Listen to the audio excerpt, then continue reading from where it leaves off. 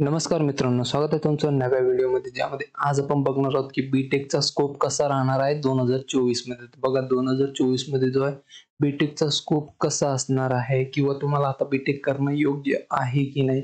बघा, जर तुम्ही आता बीटेक करायला सुरुवात केली तर जे पास आउट आहे ते 2028 मध्ये होणार आहेत.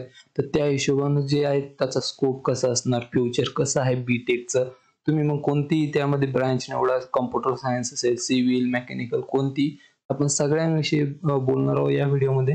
तर हा व्हिडिओ शेवटपर्यंत बघा आणि चॅनलवरती नवीन असाल तर सबस्क्राईब पण करून द्या. आणि चला व्हिडिओमध्ये बघूया की स्कोप कसा आहे बीटेकचं 2024 मध्ये.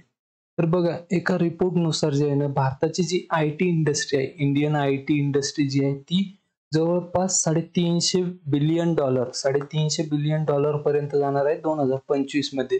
तर त्यामुळे काय होणार आहे की खूप सारे millions of new job opportunities, म्हणजे खूप सारे जे जॉब्स आहेत ते तिथे ओपन होणार आहे त्यामुळे. आणि बघा, जी इंजिनिअरिंग फील्ड आहे, आपण आता बीटेक विषयी बोलतोय, तर इंजिनिअरिंग जी फील्ड आहे त्याच्यामधले जे प्रोजेक्ट आहे ते बघा, ते 22 मिलियन पर्यंत जाणार आहेत. म्हणजे खूप जास्ती मोठा आकडा आहे, 22 मिलियन पर्यंत जाणार आहे 2025 पर्यंत. तर खूप जास्त जे आहे तुम्हाला डिमांड राहणार आहे, त्यामध्ये तुमचा जो स्कोप आहे तो खूप चांगला राहणार आहे. आपण 2024च नाही, 2025, 26, 27 पर्यंत जो आहे स्कोप एकदम चांगला असणार आहे. जी भारताची IT इंडस्ट्री आहे ती खूप सध्या रॅपिडली ग्रोथ करत आहे. त्याची जी ग्रोथ आहे ती खूप फास्ट होत आहे, त्यामुळे तुम्हाला तिथे काहीही टेन्शन येणार नाही. आणि त्यानंतर बघा, बीटेकचं असं आहे की तुम्ही वेगवेगळ्या याच्यामध्ये करू शकता. जसं तुम्ही IT मधून जर केलं, सॉफ्टवेअर डेव्हलपमेंट मध्ये जाऊ शकता तुम्ही. जर कम्प्युटर सायन्स किंवा IT मध्ये केलं तर सॉफ्टवेअर डेव्हलपमेंट आहे, वेब डेव्हलपमेंट आहे, database administrator, IT support, data analytics.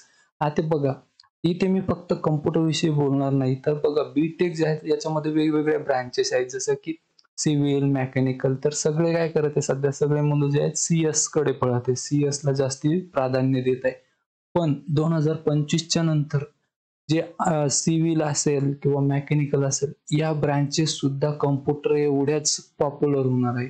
यांना तेवढीच डिमांड येणार आहे जेवढी सध्या जे आहेत कम्प्युटरला आहे. कारण आता जे आहेत बघा, सध्या सगळ्या कोणताही कॉलेजला जा तुम्ही, तिथे CS आणि IT ची ब्रँच आहे, तिच्या ज्या जागा आहेत त्या फुल भरलेल्या आहेत.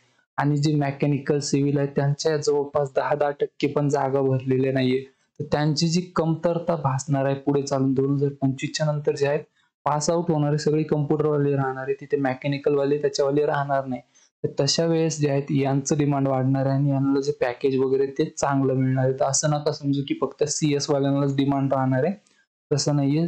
मेकॅनिकल, सिव्हिल, इलेक्ट्रिकल यांना पण खूप सारं डिमांड येणार आहे.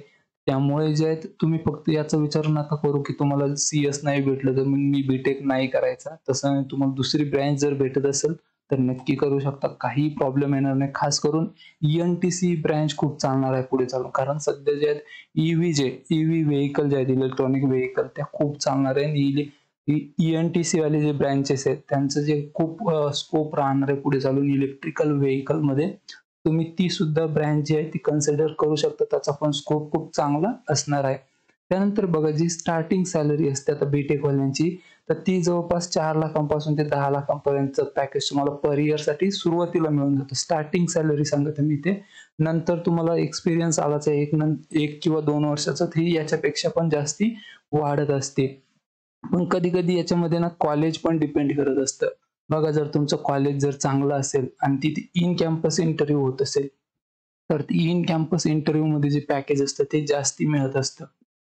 ऑफ कॅम्पसला जर गेला तर तिथे पॅकेज कमी मिळत असतं. तर कॉलेज आणि नॉलेज हे 2 गोष्टी खूप मॅटर करत असतात तुमच्या पॅकेजमध्ये. आणि त्यानंतर बघा, यामध्ये तुम्हाला जर समजा नसेल जायचं IT सेक्टरमध्ये, जर तुम्ही CS नसेल केलं, तर तुम्ही जर बीटेक डिग्री केली असेल तर तुम्ही दुसऱ्या जॉबला जाऊ शकता. जसं की गव्हर्नमेंट जॉब्स राहतात, पब्लिक सेक्टर अंडरटेकिंग्स राहतात, PUC ज्याला आपण म्हणतो, रेल्वेज आहे, डिफेन्स ऑर्गनायझेशन आहे, किंवा दुसरे जे डिपार्टमेंट्स आहे, किंवा UPSC, MPSC यासारख्या परीक्षा सुद्धा तुम्ही देऊ शकता. त्याला पण तुम्ही इलिजिबल होत असता. तर बीटेकचा जो स्कोप आहे तो खूप चांगला आहे. 2024च नाही तर 2025, 26, 27, 28 पर्यंत जो आहे खूप चांगला आहे. त्यामुळे जर तुम्हाला करायचं असेल तर तुम्ही करू शकता. आणि CS IT ब्रँच नाही भेटली तर ENTC किंवा दुसरं पण तुम्हाला जर आवडत असेल, सिव्हिल, मेकॅनिकल, तुम्ही ती पण ब्रँच निवडू शकता. तिथे पण तुम्हाला काही प्रॉब्लेम येणार नाही. पुढे चालून स्कोप जो आहे तो चांगला राहणार आहे. याच्या रिलेटेड जर अजून काही माहिती हवी असेल तर मला कमेंटमध्ये नक्की विचारू शकता. मी तिथे तुम्हाला नेहमी रिप्लाय करत असतो.